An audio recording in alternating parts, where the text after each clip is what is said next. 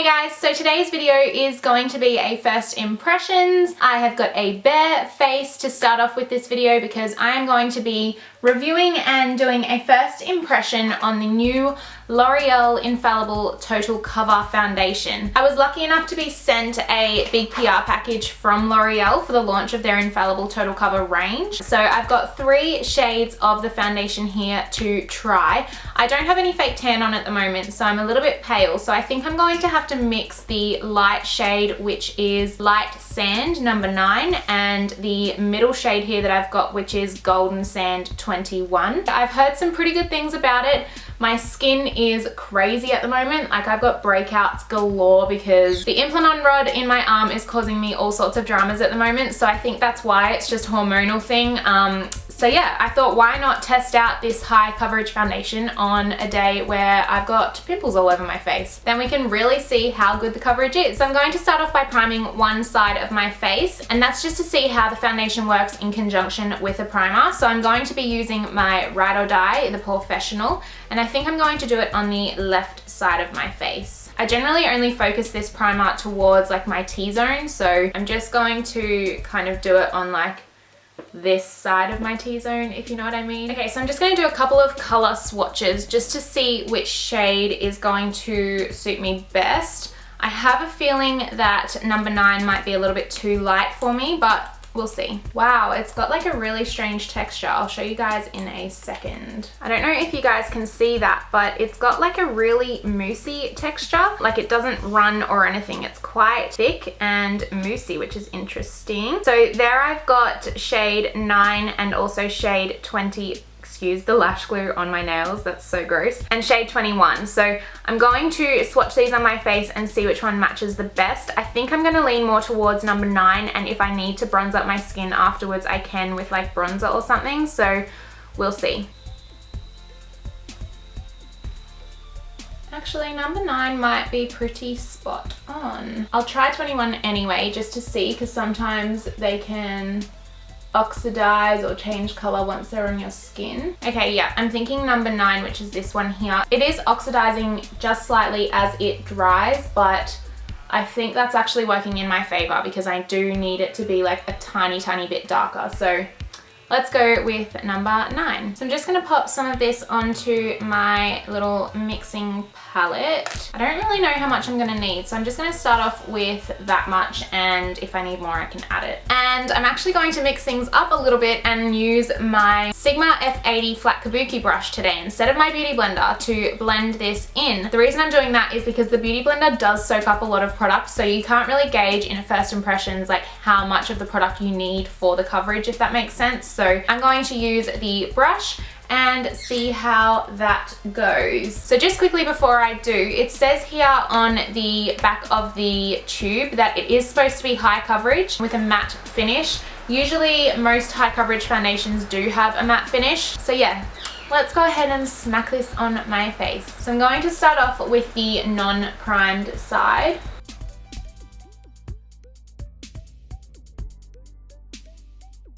Wow, it is super high coverage. So I'm just pressing it in with this brush and just like kind of dabbing and blending as it soaks into my skin.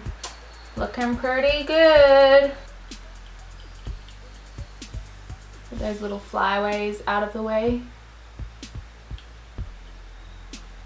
Okay, so I still have that much left on the palette, so I've only used like just under half the product, which has actually done a pretty good job. I know it looks a bit crazy because it's more pale than the other side of my face, but obviously once I even it out, it will look a little bit better. So far, it looks really nice. I'm gonna go ahead and do the other side and see if the primed side makes any difference in how it blends out. It actually blends out really easily and really fast, which is awesome. I really want to see how it covers this big pimple in the center of my forehead because that is just red and raging at the moment.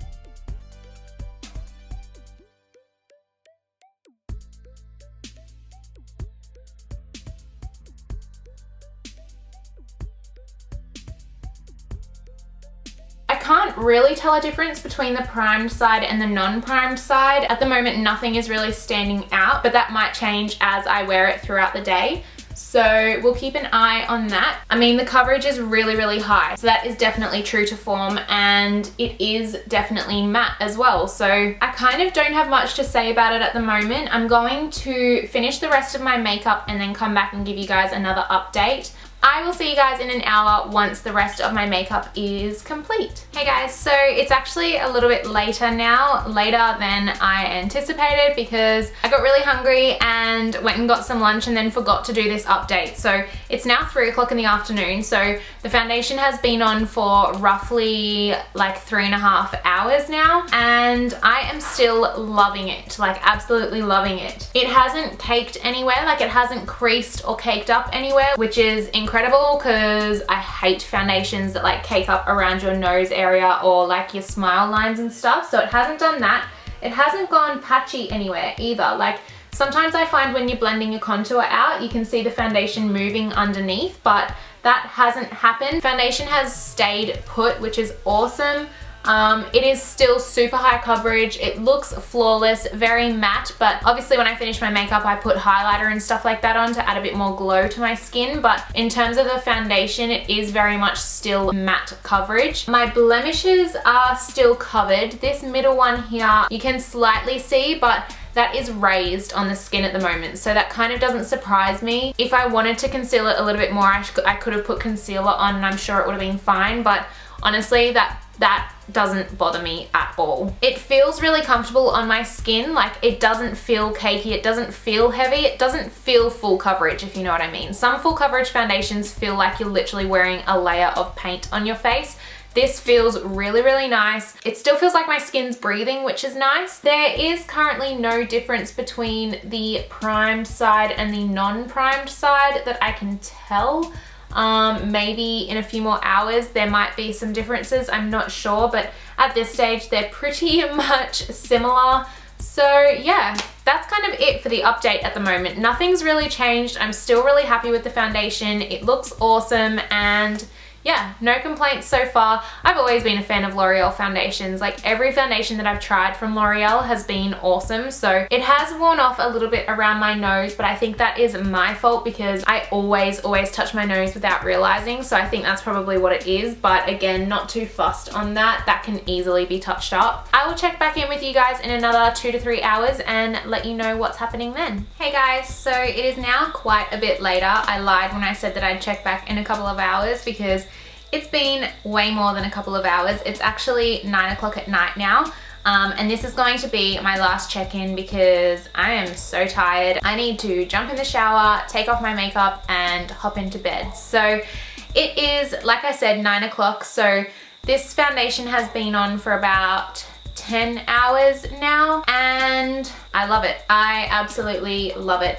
It has worn away around my nose, but like I said to you guys before in the last update, it had done that then, and that's just because I touch my nose all the time, so that kind of doesn't surprise me. I got a runny nose before, which was really weird, so I had to keep like wiping it, so that is why as well. That wouldn't have helped. In terms of how it's sitting in my crease lines and stuff, it has creased like ever so slightly. Like I wouldn't even call it a bad crease line. It's just that obviously because I'm looking for it, I'm looking for all the imperfections, I'm noticing them. So it's really not that bad at all. I have noticed now a difference between the primed side and the non-primed side. On my cheeks here, the foundation has settled really nicely into my skin. It doesn't look like it's caked at all. It hasn't sunk into my pores or anything like that. It looks really flawless still. On this side, however, where I didn't apply primer, it has gone a tiny bit cakey. Like you can see where it's really built up in my pores. So that's just the difference between the primed side and the non-primed side. It has got a little bit oily, like a little bit oily in my T-zone here. You can see I'm getting a bit glowy there. I actually like when foundations start to do that. I think having a completely matte look can look a bit dull sometimes. So I actually don't mind when foundations start to get a little bit oily during the day because they get a nice radiance like my forehead has got right now. So I wouldn't say that that's oily. I think it's just a natural glow, which I actually really like. And considering it's been on for 10 hours, that's not bad at all. Overall, I'm really happy with the foundation. It is definitely high coverage. It managed to cover pretty much all of my blemishes, like I said previously as well. This one here, it's just raised off the skin, so I would have had to use a lot of concealer to cover that one, but I don't really like doing that anyway. I actually don't feel the need to take my makeup off. Like, I know a lot of the time when it gets towards the end of the day, my skin starts to feel really gross and like cakey, and it's just, yeah, you get to that point in the day, I'm sure you all know what I'm talking about, where you just need to get the makeup off your skin. I'm actually not at that point yet. The only reason I'm going to have a shower is because I'm tired and I need to sleep. So I could easily wear this for another few hours and be comfortable in it. I'm really happy with it. I would definitely recommend it, especially for the price. Like, L'Oreal foundations are obviously drugstore and they are a lot cheaper than your like Kat Von D Lock-It foundation, which I have a feeling this might compare to because it is so high coverage, but also just your standard MAC foundations, NARS, all of that. Like, L'Oreal foundations sit roughly at the $30 mark, and you'd be looking at paying about $60 for a NARS foundation, which is still good, but if you compare the quality of a L'Oreal foundation, I'd lean more towards a L'Oreal foundation any day. This one is definitely up there with the rest of them, so I definitely recommend trying it out if you guys like that full coverage look. So yeah, I'm gonna stop talking and finish up with this video so that I can go to bed. I hope you guys have enjoyed this first impression. There is a makeup tutorial coming on this look after this video. It's a full face of first impressions, so keep your eye out for that. But for now, I will see you guys later. Thank you so much for watching. Bye!